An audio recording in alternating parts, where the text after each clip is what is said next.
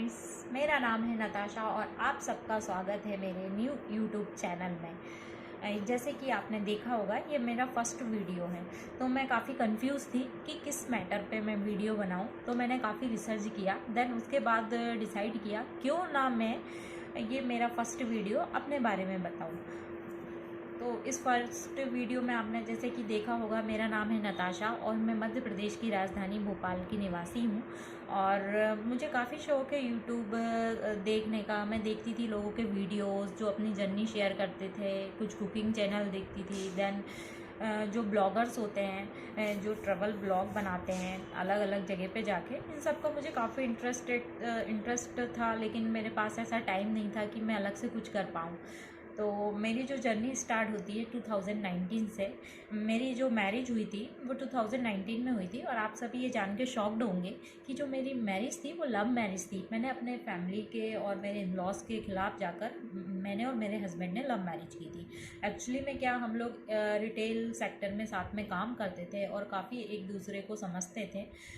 काफ़ी टाइम हो गया था, तो हमने सोचा क्यों ना हम एक दूसरे को जानते हैं, आपस में हमारी अंडरस्टैंडिंग अच्छी है, तो क्यों ना हम लोग शादी कर लें और अपना जीवन साथ में बिताएं।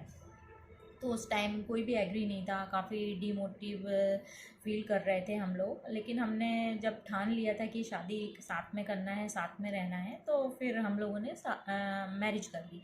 देन 2019 में हम रेंट से एक रूम लेकर सेपरेट रहने लगे।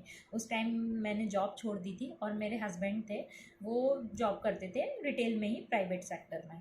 और मेरा इंटरेस्ट स्टार्टिंग से गवर्नमेंट जॉब में रहा है, क्योंकि मैं एक मिडिल क्लास फैमिली से हूँ। तो मेरा यही सपना था कि अपने आप को सेटल करना है, तो गवर्नमेंट जॉब होना बहुत ही ज़रूरी है। तो फिर मेरे हस्बैंड ने मेरा सपोर्ट किया, उनने मेरी कोचिंग वगैरह कराई काफ़ी जगह। और मैं अपना पूरा मन लगा के दिन रात इस पढ़ाई करती थी, दिन रात पढ़ाई करती थी। और फिर क्या हुआ, अचानक से लॉकडाउन लग गया। तो उस टाइम पे क्या है, कोई वैकेंसीज़ वगैरह नहीं आई गवर्नमेंट की तरफ से। तो मेरा इंटरेस्ट जो था कि क्योंकि मेरी एज 30+ हो गई थी, तो मेरा इंटरेस्ट था कि मैं क्यों ना एमपी गवर्नमेंट की जो जॉब आती हैं उसमें जो महिलाओं की एज होती है 40 से 45 रहती है, और आरक्षण अलग से रहता है। तो मैंने सोचा एमपी गवर्नमेंट की तैयारी करते हैं। बैंक वगैरह की कर ही नहीं सकती थी, क्योंकि उसमें age limit is under 30, under 28 रहती है। तो मैंने गवर्नमेंट की तैयारी शुरू कर दी।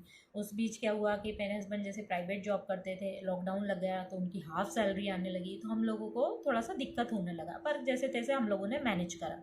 फिर उस टाइम कोई वैकेंसी नहीं आई, लॉकडाउन ओपन हुआ, गवर्नमेंट थी उस समय, तो कोई वैकेंसी नहीं आई। फिर इन्होंने बोला कि तुम डिमोटिवेट मत हो और आगे अपनी स्टडी कंटिन्यू करो, हम जैसे तैसे मैनेज करेंगे। लॉकडाउन ओपन हुआ, धीरे धीरे करके उनकी पूरी सैलरी आने लगी और हमारा सब कुछ पहले जैसा नॉर्मल होने लगा। फिर अचानक से सेकंड लॉकडाउन आ गया, वो मेरी लाइफ का सेकंड फेज था। तो फिर मैंने उनको परेशान होते देखा, तो मैंने सोचा क्यों ना मैं भी कुछ सपोर्ट करूँ उनका। तो मेरे पास उसी टाइम एक ऑफ़र आया जॉब के लिए, तो मैंने उसे ज्वाइन कर लिया। अब वो जॉब थी जो मेरी 10 से 11 घंटे की जॉब हुआ करती थी जनरली, और रश टाइम पर वो रहती थी 12 घंटे 13 घंटे की जॉब। तो उस बीच में घर को मैनेज करना, कुकिंग करना, सारी चीज़ों को लेना, फिर जॉब से आना, फिर उसके बाद कुकिंग करना, तो स्टडी करने का टाइम ही नहीं मिल पाया मुझे। और मेरा धीरे धीरे इंटरेस्ट वहाँ से हटता चला गया और डाइवर्ट हो गया पूरा का पूरा मेरी जॉब के ऊपर।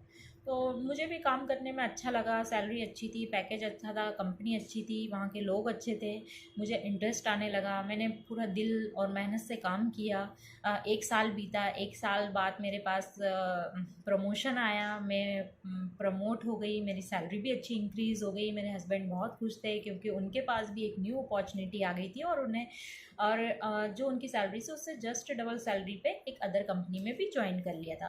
फिर ऐसे धीरे धीरे टाइम निकलते गया, 6-7 महीने हुए। फिर अचानक से मेरे मैनेजर सर हैं, जो कुछ लोग होते हैं प्रमोशन हो जाता है तो चिढ़ते हैं, तो उनके खिलाफ, मेरे खिलाफ उनके कानों में कुछ ना कुछ बातें बोलते रहते थे, जिसके कारण मुझे ऐसा लगता है, मुझे ऐसा फील होता है कि यही रीज़न था। उन्होंने मुझे बुलाया और कहा आपका ट्रांसफ़र हो गया है तमिलनाडु मदुरई में। तो मैंने बोला मैं हिंदी लैंग्वेज वाली लड़की हूँ, मेरा इंग्लिश भी उतना परफेक्ट नहीं है, तो मैं कैसे सस्टेन कर पाऊँगी, इससे तो मेरा सेल और डाउन हो जाएगा।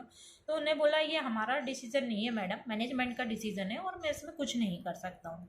तो मैंने उनसे काफ़ी आर्ग्यू किया, डिस्कस किया, लेकिन कोई सोल्यूशन नहीं निकला। उन्होंने बोला अगर आपको नहीं जम रहा है तो आप रिज़ाइन दे सकती हूँ। मैंने कहा ठीक है। मैंने अपनी फैमिली से डिस्कस किया, हस्बैंड से डिस्कस किया, उन्होंने बोला ठीक है आप रिज़ाइन करो। मैंने रिज़ाइन डाल दिया।